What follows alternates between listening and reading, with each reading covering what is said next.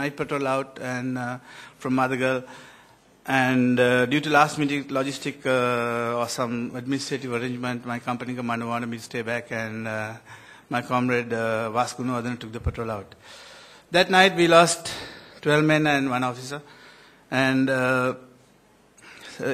you know what, I mean, we have either heard or read or lived through whatever happened in the country thereafter, and the amount of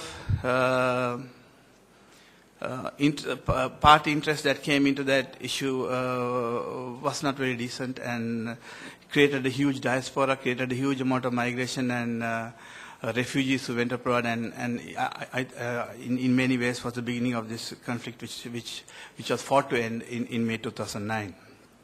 Now, I'm not going to explain the Sri Lankan conflict because everybody here is much more knowledgeable on this subject than me probably. But I just need to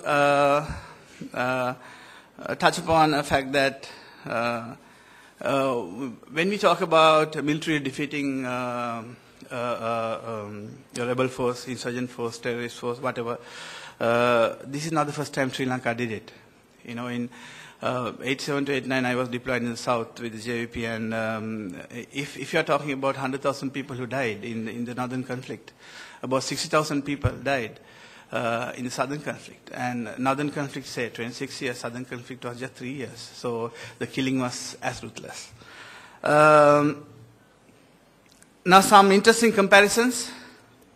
The Nepali Maoists lack sophistication in war fighting compared to the LTT, and draws parallels with actually the JVP, Janata Vimukti Peruvana. Both the Maoists and the JVP rode on the people, the Janata, it's a people, it's a people's war, it's Janata Vimukti. But as a rallying call, and they were very good in mustering the people, getting them to the road, the protest, the curfew, and bringing misery to people's lives, but failed to meet the people's aspirations by sheer incapacity to identify issues related to wider security sector governance.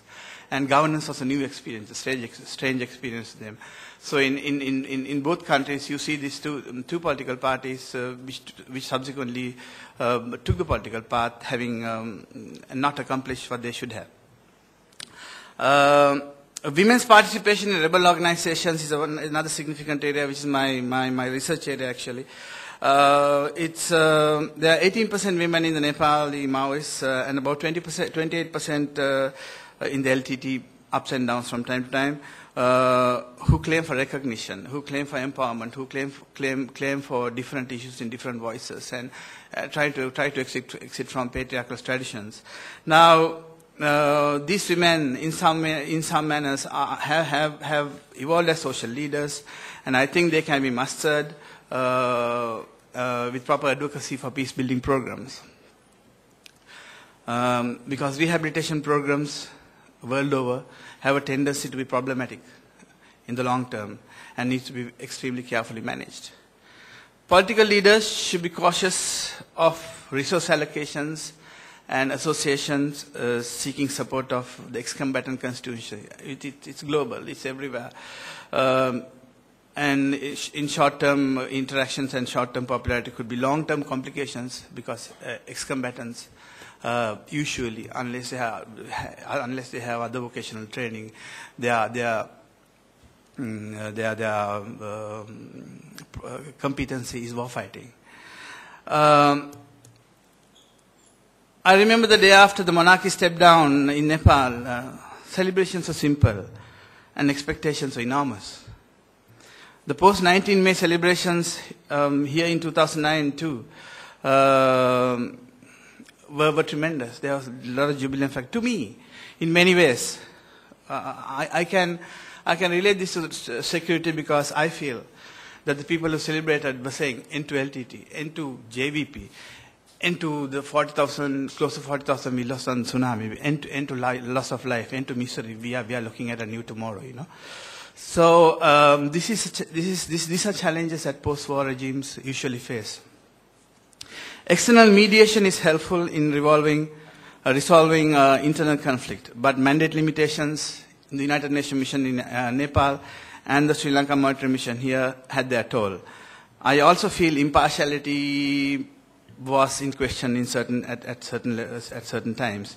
Local civil society and NGO and other actors, who are usually the go-betweens between the external and the internal, should have a more responsible, more pushy, more passionate role to get people to practice what they preach for. Shyam, can you conclude your presentation in about a minute? Yes. Right.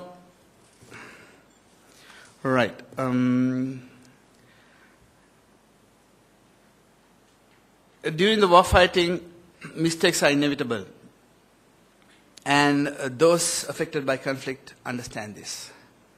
An end to war opens windows for truth and reconciliation. It is human to cry for loss and show hurt.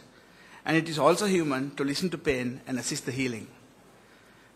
These are the challenges of post-war governments. Thank you. Thank you. If you can remain there, yeah. We will open this discussion, your presentation for discussion. But let me ask you one question. You said something very pertinent. You said that the competencies of the ex-combatants are in war fighting, and that while in rehabilitation, we have to provide them a set of skills to live their second life. Now, in the Sri Lankan context, I want to share with you and with the audience that when 11,500 LTT cadres were brought to the rehabilitation centers, largely in Vaunia, the government did something remarkable. That is, the then Justice Minister, Mr. Milinda Morogoda, brilliant minister, he, together with the Attorney General, myself and others who were involved in the program, managing the rehabilitation program, we addressed a group of investors and we addressed a group of the blue chip company CEOs. And a number of those companies, they came forward and they said, okay, we are going to train the former LTT cadres in various skills. So Haley's, John Keel's, all the top companies. And they provided that level of training. So we had the Sri Lankan rehab program under the rubric of that program. 11,500 LTT cadres were trained in a number of skills in agriculture, in fishery, in farming, in the IT sector. And I want to say that today, many of those people who have been released, 6,000 have been released, they are in different industries. There were about 2,000 former LTT female combatants. They are employed in the garment industry. And I do not know whether you know, but some of them work and manufacture the Victoria Secrets garments. So I think that in the case of Sri Lanka, the vocational training program was very successful. Can you share with us about what happened in Nepal? What kind of vocational training was provided to the Maoists? Okay.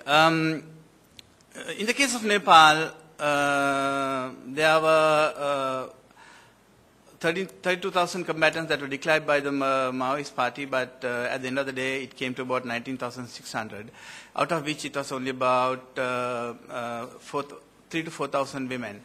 And the sheer poverty in Nepal, which they uprose against the government for, facilitated them to rush to the cantonments. And unfortunately, they've been in cantonments now for 5 years. Now the Maoist leadership doesn't want to let go of those cantonments because that is political muscle for them, and they are not for elections and campaigning and other issues. Now, unfortunately, these women go into the cantonments. They have relationships. They get married. They have children. They have 2-3 children now.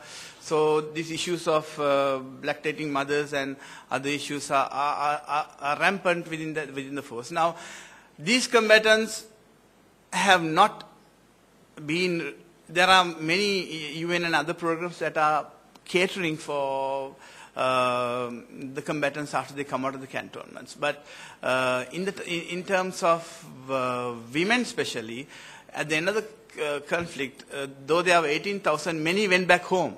And it was a much simpler conflict as compared to the Sri Lankan conflict. But the remaining women want to go into government service, want to go into the military, want to go into other vocational areas, but they have still not, though they have been trained, they have not been gainfully employed as such. So the conflict in that sense is still in transition. Thank you very much. Do you have any questions, please?